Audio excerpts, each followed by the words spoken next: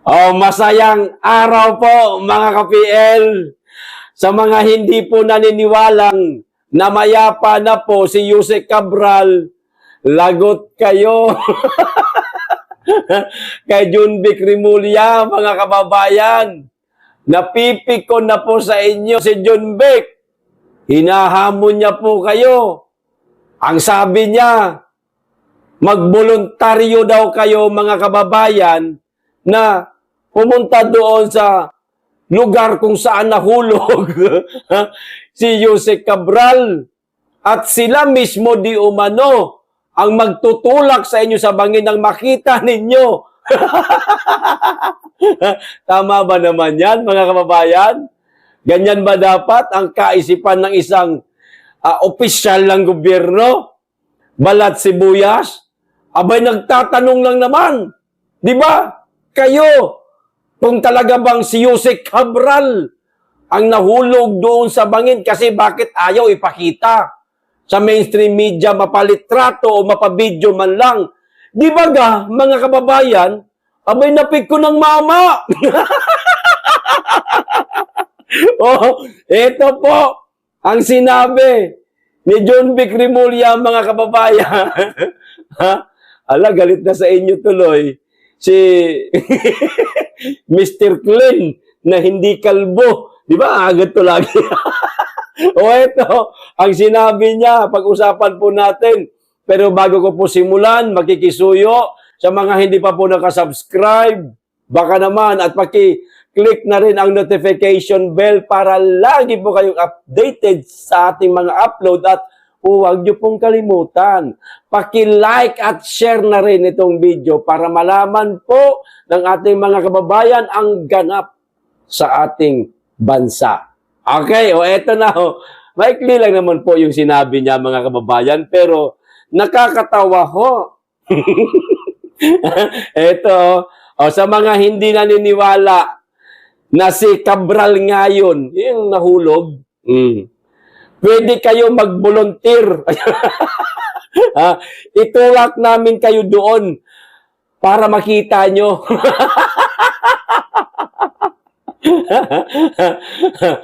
Secretary Junvic Rimulya, kayo ba'y napipiko na sa mga kababayan nating ayaw maniwala na si Jose Cabral nga, yung babaeng nahulog doon sa bangin? Napipiko na ba kayo, sir? Abay, kung napikon ho kayo sa mga kababayan natin na nagsasabing, ay, hindi naman yung si Jose Cabral. Nilagay man lang yung nilagay man lang yung katawan ng isang patay na babae roon, tapos sinabi na si Jose Cabral yung kahit hindi. O, hindi nga pinakita sa mainstream media yung mukha. Wala nga ultimo litrato. O, di ba? Wag po kayo mapipikon sa kanila, sir. Demokrasya po itong ating bansa. Ano ba? Kinakalimutan nyo na ho yan. Abay, karapatan po ng ating mga kababayan. Kung ano po, ang nais nilang sabihin, basta, wag lang kayong sisiraan o sino man. Puro baka lang naman po. Oh? Ang sinasabi ng ating mga kababayan, baka hindi si Cabral, baka nilagay lang, baka buhay pa si Cabral, baka pinatakas ng bansa si Cabral. Di ba guys, may puro baka, sir?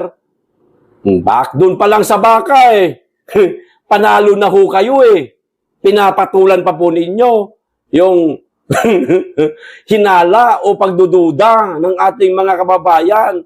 Aba, natural, magdududa talaga. Sinong hindi magdududa? Dito, sa video na sinabi po ninyo, Secretary Rimulya, iba ho. Dito naman, sa inireport ng isang reporter. O mga kababayan ko, ito, panoorin po natin itong maikling video, mga kababayan, na magkaiba po ang sinasabi nitong si Junvic Rimulya at doon sa isang reporter. O eto na. Panoorin po natin. O, maging kayo dyan na mga naniniwalang na mayapa na nga si Cabral, aba, magdududa ho kayo Dito sa sinasabi nitong mamang ito O, panoorin. Wasak ang kanan na bahagi ng mukha niya, bali ang kamay, bali ang tuhod, at saka dito sa likod basag, at saka yung kanyang ribs ay nag-leakage, ay shattered towards the internal organs. Ayon sa Cordillera Police Public Information Office, blunt traumatic injury mula sa pagkakahulog ang sanhi ng pagkamatay ni Cabral. Wala raw damage ang mukha nito bagamat may mga bali sa katawan. Wala raw damage ang mukha nito, bagamat may mga bali sa katawan. O, kita nyo na. ang ganda pa ng pagkakasabi. Meron tama. May basag, ano ba, may sugat. Pero sinabi ng reporter, puro bali lang. Walang sugat sa mukha si Cabral. O ano ba talaga ang totoo? Secretary John Vic Remulla, sino nagsasabi sa inyo na totoo? Ikaw o yung reporter? Kasi yung mga reporter na yan, mabusisi yung mga yan Makukulit yan Kahit na merong tawag nito, yung cordon, talagang papasukin nila yan. Makakuha lang ng scoop, magandang scoop na ibabalita nila. Para sa akin, Sir John Vic Remulla, mas naniniwala ako doon sa sinasabi ng reporter na walang tama yung mukha ni Jose Cabral, walang sugat, pero kayo mukhang hindi naman yata kayo nakarating doon sa pinagkahulugan ni ni Jose Cabral sa interview nyo, kung ano-ano sinasabi nyo. Kaduda-duda nga ho, sir. Ganyang mga sinasabi, magkaiba, lalong magdududa yung ating mga kababayan yan. Kaya wag po kayong balat sibuyas, sir. Meron po tayong karapatan magsalita kung anuman ang mga naobserbahan. Lalong-lalo na itong ating mga kababayan na nakasubaybay at meron din silang sariling naobserbahan dito sa nangyari kay Jose Cabral. Karapatan po nila yan. Kung nagdududa sila na hindi yun si Jose Cabral, itinanim lang yung bangkay ng babae na yon, tapos hindi nyo pinapakita sa media, walang video, walang litrato, at iisipin ngayon ng ating mga kababayan na lumipad na nga pa ibang bansa si Cabral, karapatan po nila yan, sir. Huwag niyo po silang pipigilan. Huwag niyo po silang hahamunin na, sige, magboluntaryo kayo. Kami magtutulak sa inyo. Hindi po ganyan dapat ang isang opisyal ng gobyerno, sir. Naku po. Para ho kayong grade 6. Bata, grade 6. Ganyan ang ugali ng mga wala pang utak. Pero hindi ko sinasabing wala kayong utak. Huwag niyo pong mamasamain yung sinasabi ko, sir. Hindi ko sinasabing wala kayong utak. Di ba? Eto ganito. Halimbawa, sir, ako sa kalagayan nyo, Sir John Vic Remulla, taga-DILG ako Ayan. Isa dapat ako naroon sa mag-iimbestiga. Di ba? Halimbawa, ikaw. Ayan. Nakita ko ang pronouncement ng ating mga kababayan, gayaan, ayaw maniwalang si Cabral. Simple lang, sir. Simple lang. Kung ano ang hinihingi ng ating mga kababayan, ibigay po ninyo. Ano ba yung hinihingi, PL? Abay, siyempre, letrato ni Jose Cabral na totoong siya nga ang nahulog sa bangin. Video. Patunay na si Jose Cabral nga. Ngayon, kung ayaw pahintulutan ng pamilya ni Jose Cabral ang ganoon na maglabas ng video o litrato sa mainstream media o social media, kausapin po ninyo. Ipaliwanag po ninyo na yung mga kababayan natin ayaw makinig. Ito lang ang una't huli. Kahit wag na kayong magpa-public viewing. kay Yusek Cabral. Ipakita lang sa media. Yan lang, ibigay nyo ang hinihingi ng tao. Lang naman kasimple yan, sir eh. Hindi mo kinakailangan daanin pa sa init ng ulo at sabihin mo na, o sige, magboluntaryo kayo. Kami mismo magtutulak sa inyo. Lalo ho kayong mababash niyan. Yung sabihin ho ninyo na, alik kayo, tulak namin kayo. Tama ba naman yan?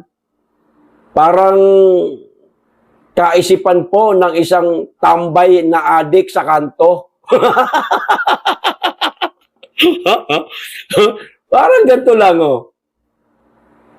Tambay kayo, wala kayong trabaho. Mga batugan kayo. O, parang ganon, di ba? Ayun, nasasabihin ng mga tambay. O, tara, suntukan tayo. O, di ba? Parang ganon lang, mga kababayan. Parang tambay lang ang kwentuhan, no, mga kababayan, ano. Tama ba yan? Hindi ho tama yan, sir. Sa isang opisyal ng gobyerno, isa po kayo sa may pinakamataas na posisyon ngayon sa ating bansa. Pag pong ganyan, mapagpatulpo kayo sa ating mga kababayan na nagbibigay lang naman po ng kani-kanilang mga saloobin dyan sa mga nangyari kay Yusek Cabral. Huwag niyo pong papatulan. Mas mainam pa hong manahimik na lang kayo. Kung ano ang hinihingi nila, ibigay po ninyo. Tapos, period, tuldok. Nasira kayo? Hindi. Ito, sa sinabi nyo, na kayo mismo magtutulak sa kanila, dagdag po ito sa kasiraan para sa inyo. Nako, ganyan ang sinasabi ninyo, kayong merong mga balibalitang tatakbo kayo sa pagka-presidente sa 2028 election. Sino ho ang boboto sa inyo? Kung ganyan po klaseng pag-uugali meron ho kayo. Parang isip bata. Di ba, sir? Concern lang po ako sa inyo, ha? Hindi ko po kayo binabastos, sir, ano? Para bagang magkaibigan lang tayo. Yan. Na matagal na tayo magkakilala. Naobserbahan ko yung mga galawan, yung mga sinasabi mo, hindi maganda sa pandinig ko. Ano gagawin ko? Itatama kita bilang isang kaibigan. Hindi bilang isang kaaway. Ganun lang. Di ba, mga kababayan? Dako pa tayo dito sa isa pang balita, mga kababayan, itong tungkol naman po. Nako, breaking news. Pero kanina pa po ito, mga kababayan. Alam na po ninyo ang nangyari kay Congressman Acop na namayapa na ho. O eto, basahin ko lang po, kapiraso lang. Alam nyo naman na ito no? Breaking news, Representative Acop dies. O ang source, kinumpirma po mismo ng source na wala na nga, namayapa na. O Antipolo City, 2nd District Representative Romeo Acop died late Friday night after suffering a medical emergency at his residence. At around 10:12 p.m. on December 20, Acop was found unconscious in his room and was immediately rushed to Assumption Hospital, arriving at about 10:20 p.m. Despite prompt medical intervention, he was pronounced dead at 10:56 p.m. Authorities and families are expected to release further details in the coming hour, mga kababayan. So, eto, maliwanag na talagang wala na si Acop. Posible, mga kababayan, pamilya ni Acop pa mismo ang maglalabas ng mga litrato habang siya ay nakahiga sa isang ataol. Di ba? Video, magpapatunay na namayapa na ang kanilang mahal sa buhay. Si Yusek Cabral,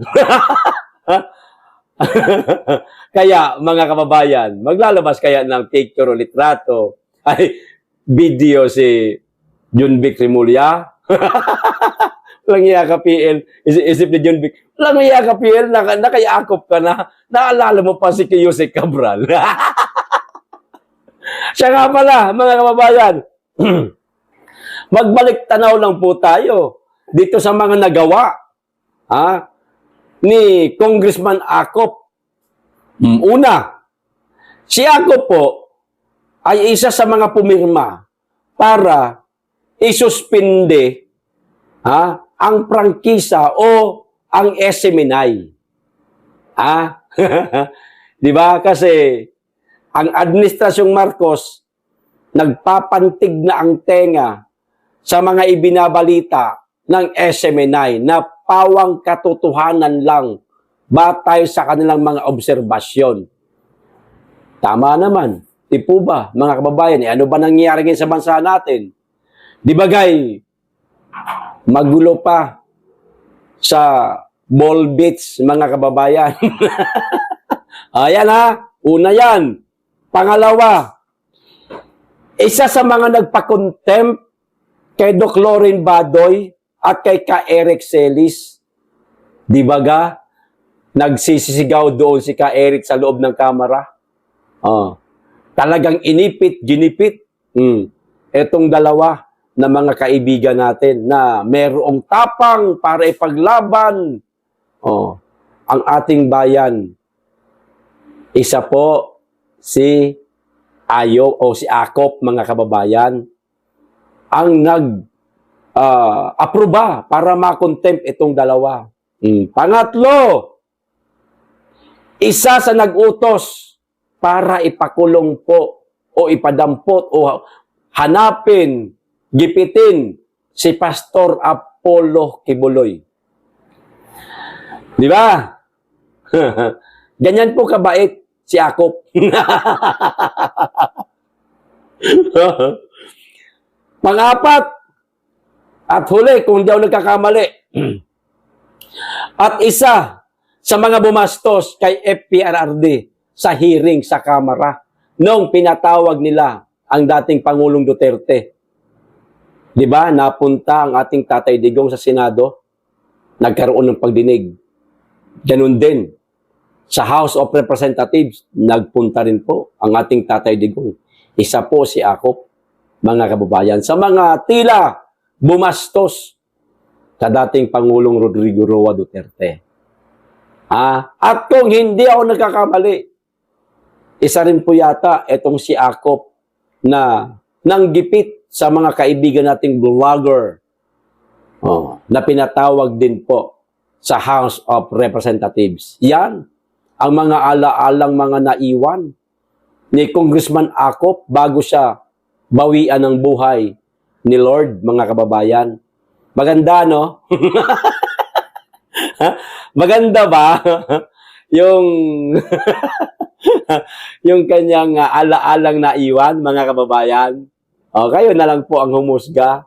Ngayon, dito na po tayo, mga kababayan, kay Congressman Leandro Legarda Liviste, mga kababayan.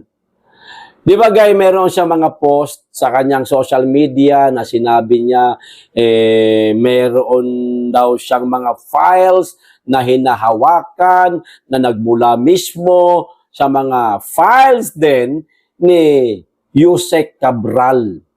Hiningi niya, pinayagan naman siya ng DPWH na kuwanin yung mga ilan, hindi ilan, di ako niniwalang ilan yun. Napakaraming files na pinagkatago-tago ni Yusek Cabral, lalong-lalo na po yung mga nakalista na mayroong mga insertion. Di po ba? Ito po, hindi na po ito isang simpleng post lang sa isang sa kanyang sariling social media. Ito napakahaba. Yan o. Pwede nyo pong dalawin sa kanyang, congressman. Dalawin sa kanyang social media account. Basahin nyo po ito ng buong buo, mga kababayan. Kung diskumpiyado ho kayo. Pero babasahin ko po, iilan lang. Sabi po ni Liviste, ibinigay sa akin ni Yusek Cabral ang files ng DPWH insertions sa buong bansa. Salamat kay Secretary Vince. At mas mainam kong DPWH mismo ang sa publiko nito. Yon, meron pong pahintulot, mga kababayan, ni Secretary Vince ang paghingi niya o yung napunta po sa kanya yung mga files mula kay Jose Cabral, may pahintulot ni Vince Dizon, mga kababayan. Pero mas mainam daw na mismong ang DPWH na daw ang maglabas nitong mga files na ito, mga kababayan. Sa ngayon, kung babasahin ko po itong buong liham niya na ito, mga kababayan, itong ipinost niya, ang sinabi niya po rito, kung papayagan siya ng DPWH, mayroong basbas mula sa DPWH na siya ang maglalabas, ilalabas niya. At maliban dyan sa sinabi ko, sinabi niya rin po na mas mainam daw na DPWH na lang ang sa publiko nitong mga files na ito. Ang tanong, kaya bang gawin ito, mga kababayan, ng DPWH? Si Congressman Leandro Libiste, kaya niya po itong gawin. Isa publiko, oo. Hawak niya na eh. Kaya niya po itong gawin. Kaso kinakailangan niya pa po ng basbas mula mismo sa DPWH. Kailan po, Congressman Leandro, makikita ng mga kababayan natin yung sinasabi niyo pong files kung hindi po kayo maglalakas ng loob? Di ba karapatan po ng mga Pilipino na ipakita nyo ho yan? Hindi naman po kami ang nasa panig ho ninyo, Congressman Leandro. Uulitin ko po, hindi po tayo magkaaway. Parehas po ang ipinaglalaban natin. Nagugustuhan po namin ang mga ginagawa mong pagkontra dyan sa napakalalang korupsyon na nangyayari na sa ating bansa. Kumakatok lang po kami sa inyong tanggapan, sa inyong napakabuting puso, sa inyong napakabuting kalooban, Congressman Leandro Libiste, na sana huwag nyo na pong hintayin na magbigay pa ng basbas ang DPWH. Malabo po, magbibigay ng basbas sa inyo, ang DPWH na, Leandro, sige, labas mo na yan. Malabo po, sir. Ang sekretarya ng DPWH, ganun po si Bongbong Marcos. Sinabi na po ni Saldico na mismong ang presidente natin, mismong ang kanyang anak, mayroong insertion. Maaari yung hawak mo na files na yan sa mga insertion, nariyan din ang pangalan ni President Bongbong Marcos at ng kanyang anak. Papayagan kaya? Ang DPWH ni Marcos na sila ang maglalabas o kahit na magbigay lang ng basbas sa iyo, Congressman Libiste, na ikaw na mismo ang maglalabas? Malabo, sir. Kung walang tapang, hindi po ito mailalabas, maisa sa publiko. Hindi po ito malalaman ng taong bayan. Kung meron po kayong tapang, sir, ilabas nyo na. Kaming mga taxpayer, nais po naming makita yan. Isa po kami dyan eh. May ambag kami dyan eh. May karapatan ho namin na makita yan.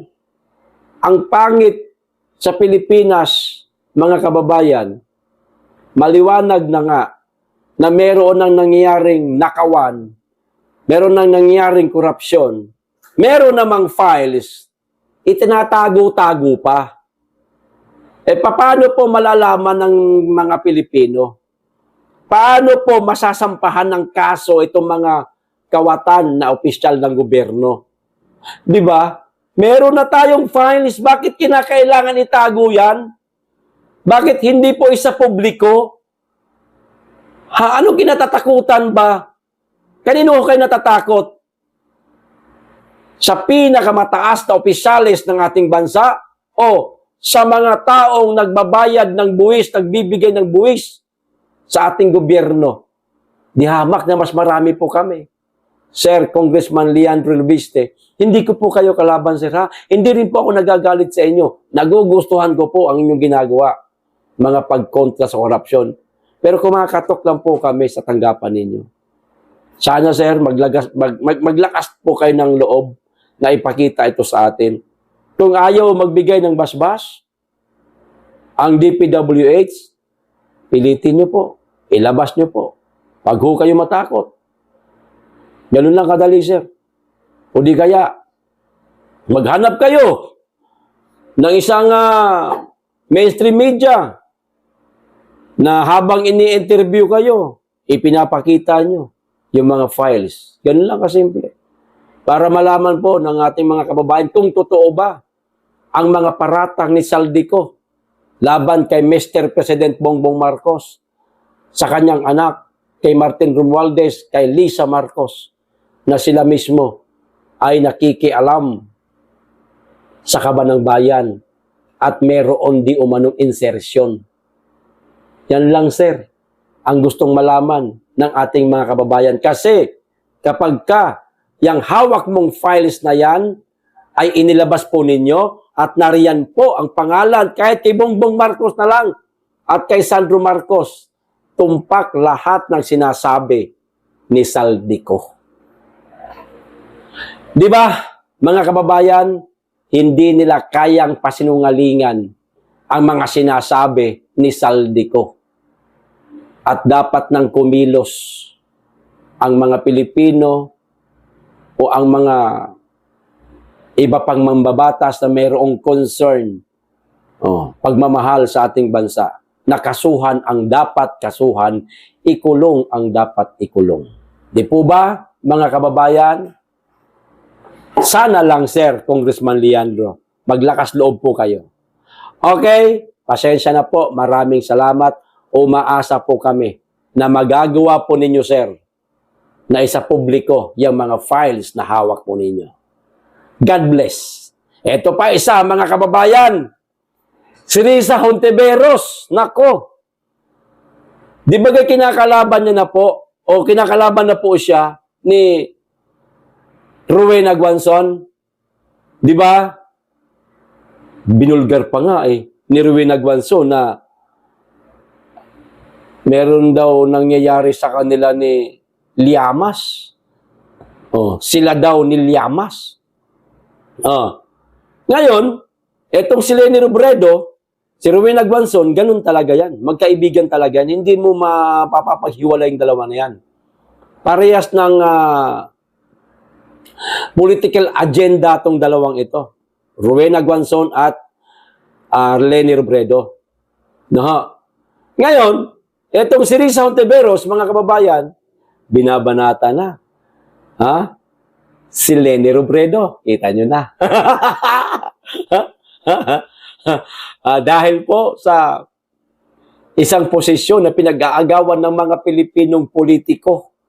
Ito, sabi niya, bakit pa ninyo kinukumbinsi si Leni Robredo sa 2028? Nandito naman ako. Handa ako. Risa, hindi po ikaw ang pambato ng mga kakamping, madam.